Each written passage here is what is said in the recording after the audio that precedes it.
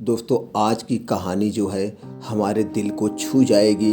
इसलिए आज की कहानी को बिना स्किप किए हुए, बिना भगाए हुए पूरी सुनिएगा। दोस्तों इस कहानी को सुनने के बाद आपको अपने माता पिता का एहसास होगा कि हमारे माता पिता हमारे जीवन के लिए कितना महत्वपूर्ण है। हमको उनको समझना होगा, हमें उनके साथ हमेशा खड़ा रहना होगा, जो हर एक बेटे का कर्तव्य होता है। और एक हर माँ बाप अपने बेटे के लिए क्या करता है, चलिए हम इस कहानी के माध्यम से जानते हैं। दोस्तों आप कहानी में खो जाएं इसके पहले चैनल को सब्सक्राइब करके बेल आइकॉन का बटन ऑन कर दीजिए, जिससे हम कोई भी वीडियो अपलोड करें उसका नोटिफिकेशन आप तक आ जाए। दोस्तों किस तरह हमारे माँ बाप बचपन में अपनी सारी खुशियों को त्यागते हुए हमें पालते हैं, बड़े करते हैं और हर बात का अच्छी तरह से ख्याल करते हैं, और कभी भी अपने बच्चों से दुखी भी नहीं होते हैं, और यहाँ तक कि उनकी हर शरारत और परेशान करने वाली बातों से तंग ना होते हैं, बल्कि उन्हें हर हाल में अच्छे बनने की राह पर लाते हैं। हर एक माता पिता अपने बेटे के लिए अपने पूरे जीवन को निर्वाह कर देता है, लेकिन जैसे वक्त के करवट के साथ साथ समय बीतता जाता है और यही बच्चे बड़े बन जाते हैं, पैसा कमाने लगते हैं और खुद को इतना बड़ा समझने लगते हैं कि उन्हें अपने स्वार्थ के आगे कोई नहीं दिखता है। ऐसे में उनके वही माँ बाप बोझ भी बनने लगते हैं और बुढ़ापे में माँ बाप की सेवा करने और उन्हें खुश करने के बजाय उनमें ही दोष निकालने लगते हैं। ऐसे संतान होने ना होने के बराबर ही होते हैं, जो बुढ़ापे में अपने माँ बाप की सेवा नहीं कर सकते हैं, दो वक्त समय निकालकर उन्हें साथ कुछ पल नहीं बिता सकते हैं। ऐसे बच्चे माँ बाप के बुढ़ापे की लाठी बनने के बजाय उल्टा माँ बाप को बोझ समझने लगते हैं।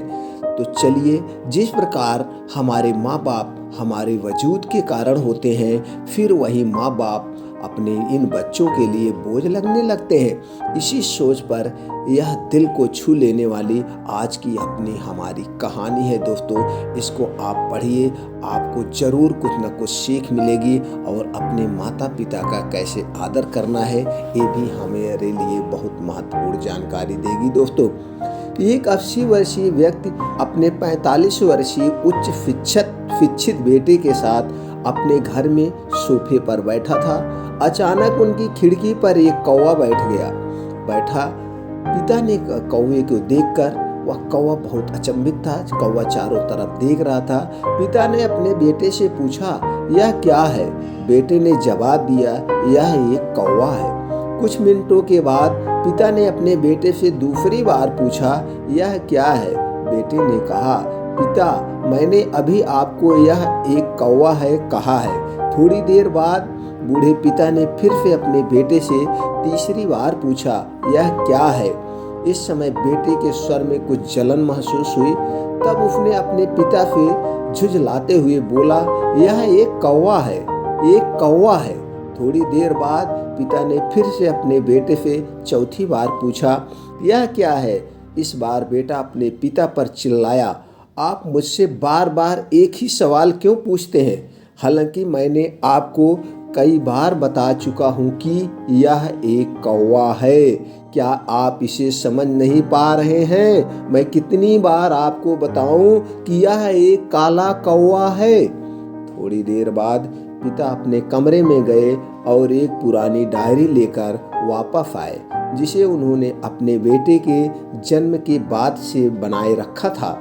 एक पेज खोलने पर उन्होंने अपने बेटे को उस पेज को पढ़ने के लिए कहा। जब बेटे ने इसे पढ़ा तो निम्नलिखित शब्द डायरी में लिखे गए थे, आज मेरा 3 साल का छोटा बेटा सोफे पर मेरे साथ बैठा था।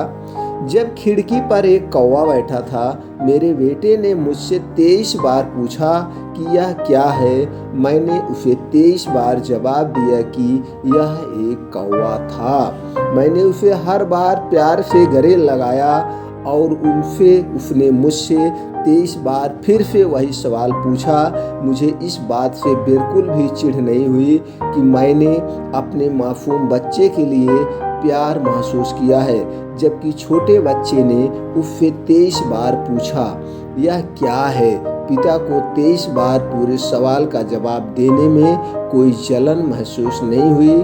और आज जब पिता ने अपने बेटे से सिर्फ 4 बार यही सवाल पूछा तो बेटे को चिढ़ और गुस्सा महसूस हुआ। इसे पढ़कर उस बेटे को अपने किए गए व्यवहार का पता चल गया था, जिससे चलते वह अपने मन ही मन बहुत शर्मिंदा हो रहा था। शायद उसे अब किए गए अपने बूढ़े पिता के प्रति व्यवहार का पता चल गया था। इसलिए यदि आपके माता पिता जब बुढ़ापे में होते हैं तो उन्हें तो पीछे छोड़ें और न ही उन्हें एक बोझ के रूप में देखें, क्योंकि वही अपना पूरा जीवन हमें खिलाने में, हमें खुश रखने में व्यतीत कर देता है। हर एक इंसान, हर एक माता पिता अपने हर एक बेटे की हर एक इच्छा को पूरी करता है, चाहे वो जिस तरह से हो, चाहे वो अपने आप को बेच के, चाहे वो अपने आप को रातों दिन तपा करके, चाहे जैसे भी वह अपने बेटे की हर एक इच्छा को पूरी करता है। लेकिन वही बेटा आगे चल के कैसे बदल जाता है ये दुनिया का दस्तूर है। बल्कि उनके साथ एक दयालु शब्द बोले, शांत, आज्ञाकारी, विनम्र और उनके प्रति दयालु बने।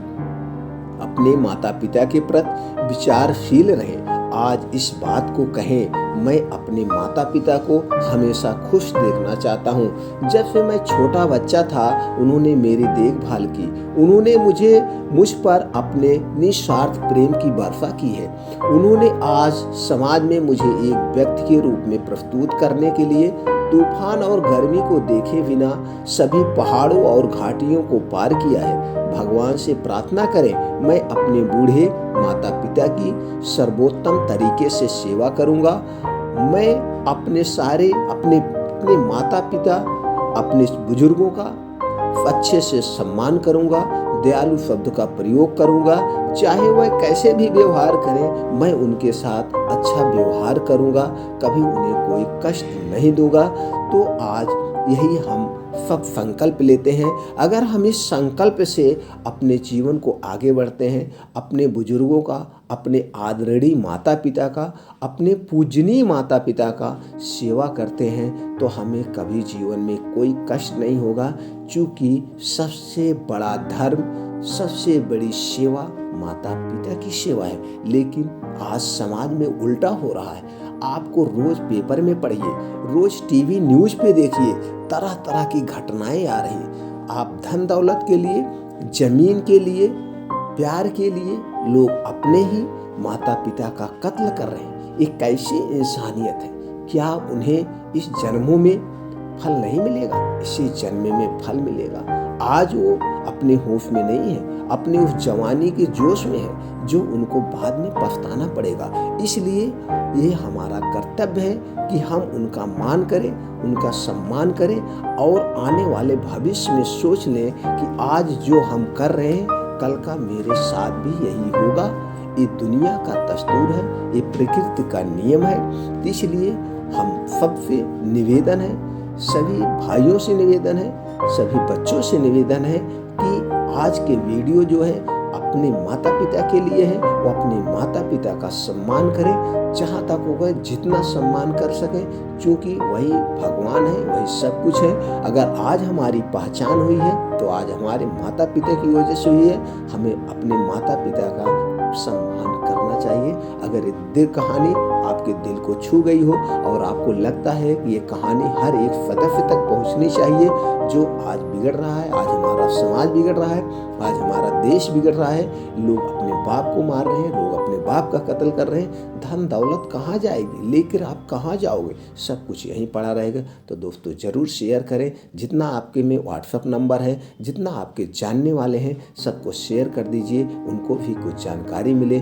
और एक अच्छा समाज, एक सुरक्षित समाज, एक नेक समाज की स्थापना की जा सके। फिर मिलते हैं ऐसे ही और प्रेरणादायक, ज्ञानवर्धक कहानी के साथ अगले वीडियो में। तब तक के लिए दोस्तों नमो बुद्धाय।